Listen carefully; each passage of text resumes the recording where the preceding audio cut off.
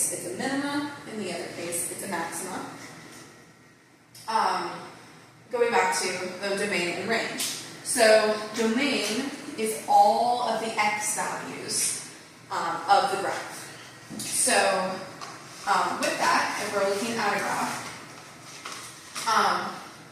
this graph is going to keep going up and up and up and keep going out to the sides forever and ever. It will take a while to go out because it is going pretty steeply up, but there is no end to it. So it's going to keep going up forever and out to the sides forever. Because of that, any parabola that opens up or down, such as these, so that's going to be any parabola that is y equals x squared, whatever. So it's a y equals parabola.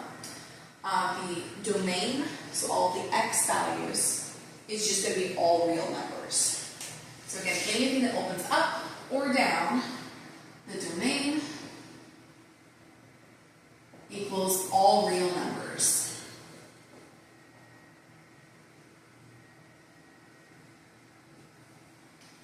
So, hope you guys can see that there. Yeah, you can kind of see that part of it. So, all real numbers. So, yes, so it's all real numbers for the domain because again it goes forever and ever in both directions. Now, when we get to talking about parabolas that open sideways, that will not be the case. But with the ones we've worked with so far, it opens up or down, the domain is all real numbers. So, the next question is the range. So the range is all of the y values. So if we look on our y-axis here, down here, there's no graph, there's no graph, there's no graph, and then we get to here. And that's where our parabola starts. So from here up, we're always going to have some value on our graph. So here it meets it at 2, and then at 3 we have our parabola, at 4 we have our parabola, at 6 we have our parabola, at 10 we have our parabola, so on and so forth. So we would say for the range then, that the range equals, it's basically going to be the y coordinate of your vertex, which in this case is 2. So, I'm going to write it a little bit differently. So the range is going to be y is greater than or less than, and you're going to have to determine which of those it is based on your specific graph. In this case, it's going to be greater than, and then the number that goes next to it is your vertex. So in this case, 2. So y is greater than 2 because it starts at 2 and it goes up. So it's always going to be any number that is greater than 2. If we had a parabola, let's go back to my example over here.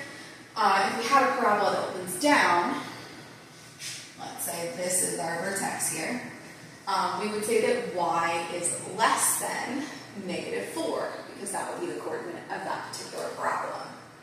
So, yeah, your range is always going to be y is greater than or less than, again, depending on which direction it opens, then your y coordinate of the vertex.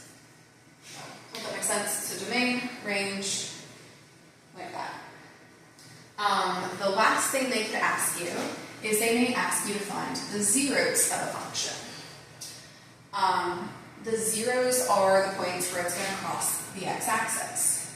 In this particular case, we don't have any because it starts above the x-axis and it goes up.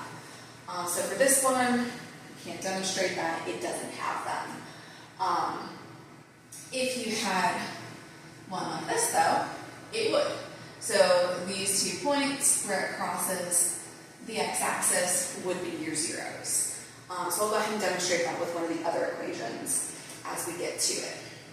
But those would be the things that you would need to know for a parabola. So hope that makes sense with that. I'll erase some real quick and then we'll go ahead and move on to standard form. vertex form. Keep in mind that the domain and range rules will be the same for both the vertex and the factored form. You'll just have a different graph that you're looking at as you do it.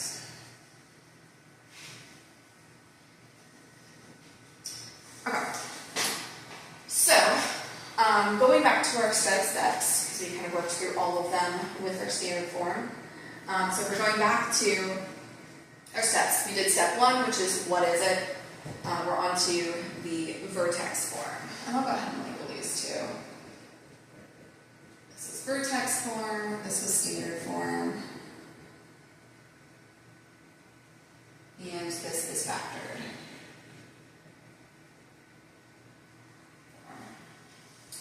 So, as we're working through this, we talked about the fact that our vertex is going to be h, k. So, what that means with this particular equation is that our vertex is going to be at 1, 2. Because again, that negative is built into the equation, so we ignore it when we're trying to figure this out. As an example, very quickly though, if we had x plus 3 squared, in parentheses, if that was this part of the equation, our x coordinate of the vertex would then be negative 3. Because it's always going to be the opposite sign of whatever you see there, because that negative is built into the equation. So, again, the vertex then for this particular equation is going to be a 1, 2. So 1 and 2. So we can go ahead and plot that.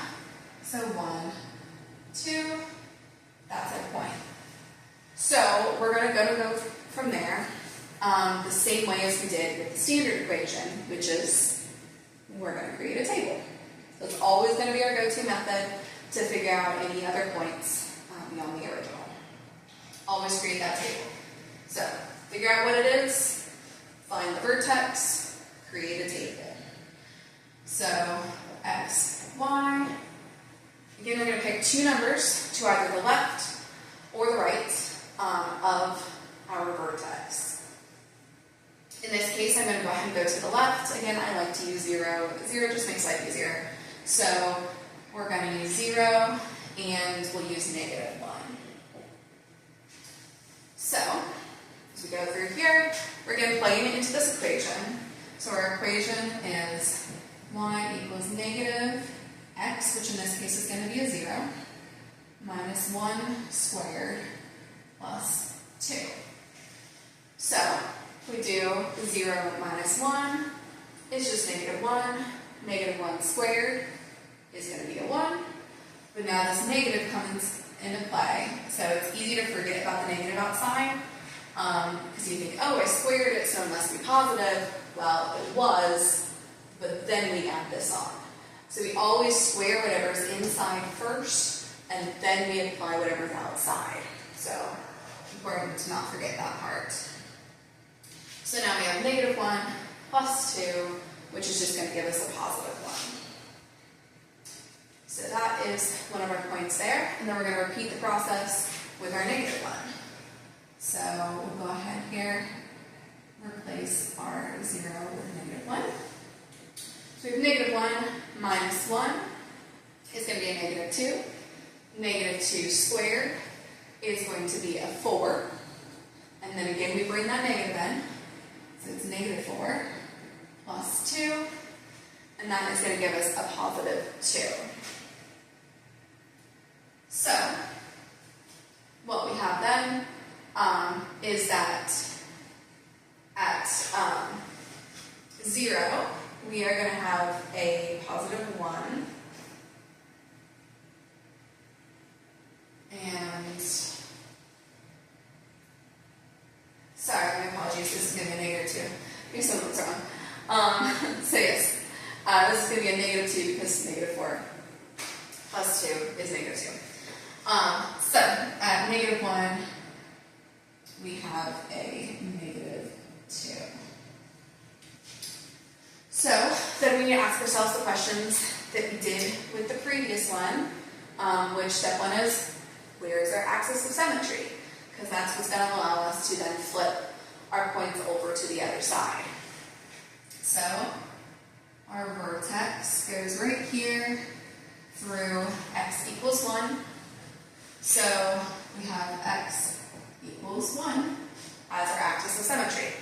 So that means anything on the left-hand side of that axis of symmetry reflects to the right-hand side.